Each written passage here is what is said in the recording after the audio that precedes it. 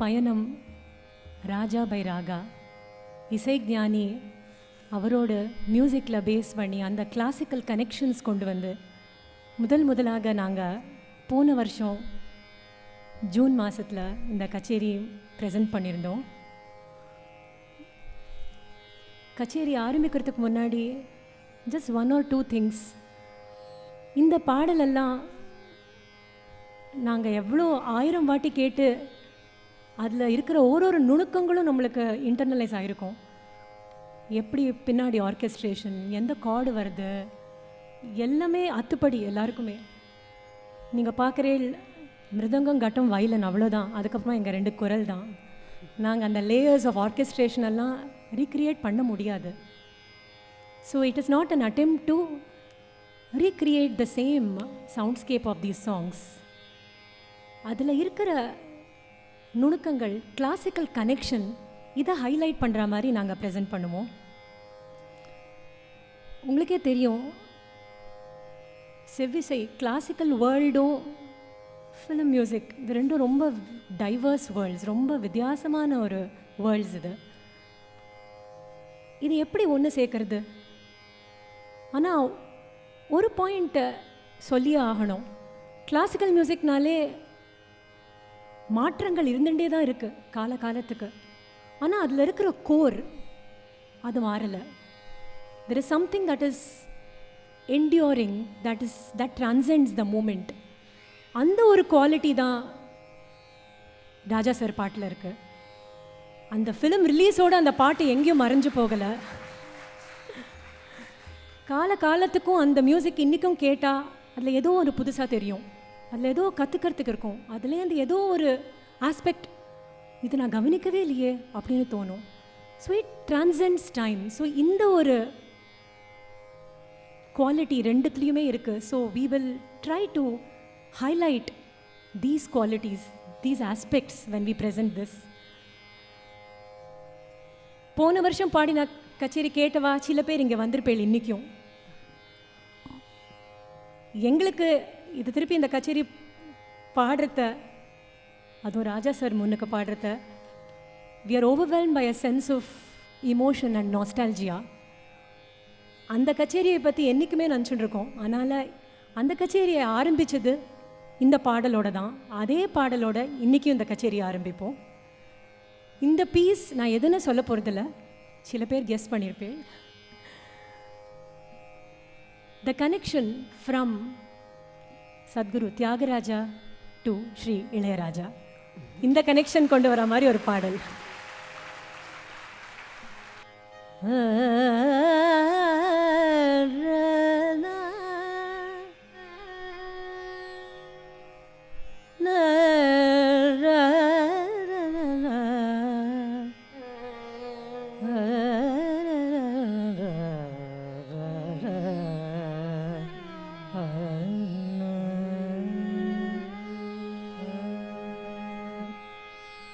மரி மரி நின்னே முரளிட, மரி மரி நின்னே முரளிட, மரி மரி நின்னே முரளிட, நீ மனசுன தயராதோ, மரி மரி நின்னே முரளிட, நீ மனசுன தயரா, மரி மரி நில்லே முரளிட,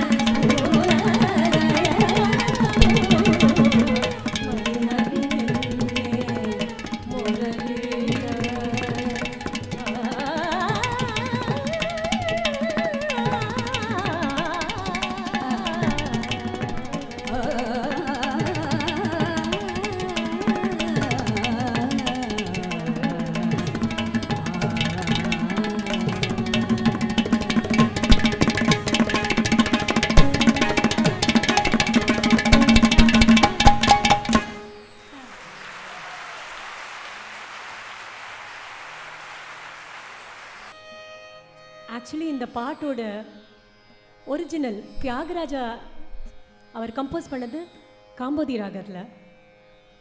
ஆனால் இப்போது இந்த பாட்டு நினச்சாலே நம்மளுக்கு இந்த வருஷம்தான் மனசில் நிற்கிறது நிறைய பேருக்கு. இதை பற்றி சார் நீங்கள் ஏதாவது சொல்ல முடியுமா? எல்லாருக்கும் தெரியும், எல்லாருக்கும் இருந்தாலும் உங்கள் வாயால் எல்லாருக்கும் கேட்டால் இந்த பாட்டு எப்படி கம்போஸ் ஆச்சு அப்படி? டைரக்டர் சார் பாலச்சந்தர் சார் வந்து இந்த சிச்சுவேஷன் சொல்லிட்டு சொன்னார். இப்போ இதுக்கு கம்போஸ் பண்ணணும்னு நினைக்கிறப்போ என்ன நினச்சேன்னா, ஒரு டியூன் கம்போஸ் பண்ணிவிட்டு தெலுங்கு சினிமா பாடல் எழுதுகிற லிரிக் ரைட்டரை கூப்பிட்டு நம்ம எழுத சொல்லலாம் அப்படின்னு சொல்லி டியூன் கம்போஸ் பண்ணிட்டேன்.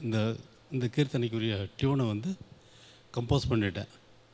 ஆனால் முடிவு பண்ணது என்னென்னா, இதுக்கப்புறம் ஒரு ஃபோக் சாங் வரணும்னு தான் முடிவு பண்ணியிருந்தது தவிர இதே ராகத்தில் ஃபோக் சாங் வரணும்னு முடிவு பண்ணல.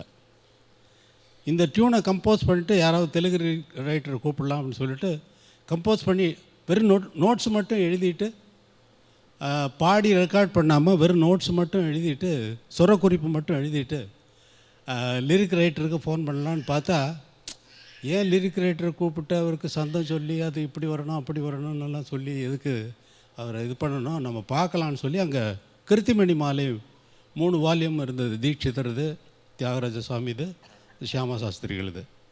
தியாகராஜ கிருதி மணி மாலை அதை எடுத்து பேஜ் ஓப்பன் பண்ண உடனே மறி நின்னே இருந்தது. மறி நின்னே இருந்தது பெருசு இல்லை, எனக்கு அரை இடம் தள்ளி பல்லவி வரணும். அரை இடம் தள்ளி பல்லவி வரணும்னா மறி நின்னேன்னு இருந்தது. மறி நின்னே முரளிட அப்படின்னு நீ மனசுன தயராது மறி நின்னே முரளிட பாடறிய படிப்பறிய பள்ளிக்கூடம் தானறிய ஏடறிய எழுத்தறி. இதே ராகத்தில் அமைக்கணும்னு நான் நினைக்கல. ஆனால் இந்த பாடல் அப்படி ஃபுல்லாக அப்படி கம்ப்ளீட்டாக நான் எழுதின சுரத்துக்கு அப்படி கரெக்டாக இருந்ததுனால தான் போட்டேனே தவிர மறி நின்னையே இந்த ராகத்தில் போடணும்னு நான் போடவே இல்லை. இது தியாகராஜ சுவாமி எனக்கு பண்ணின ஆசீர்வாதமாக நான் எடுத்துக்கிட்டேன். தியாகராஜ சுவாமி இளையராஜாவுக்கு ஆசீர்வாதம் பண்ண ஆசீர்வாதம் தான் மறி நின்னேன், வேறு ஒன்றும் இல்லை. இது ரொம்ப நான் படத்தில் இவ்வளவு எலாபரேட்டாக பண்ண முடியாது அப்படிங்கிறனால ஒரு குறிப்பிட்ட டைமுக்குள்ளே தான் நான் முடிக்கணுங்கிறதுனால அந்த மாதிரி பண்ணியிருக்கேன். நீங்கள் ரொம்ப நல்லா எலாபரேட்டாக பண்ணி ஆடியன்ஸுங்க பாருங்கள், என்ன கிளப் பாருங்கள். All the best.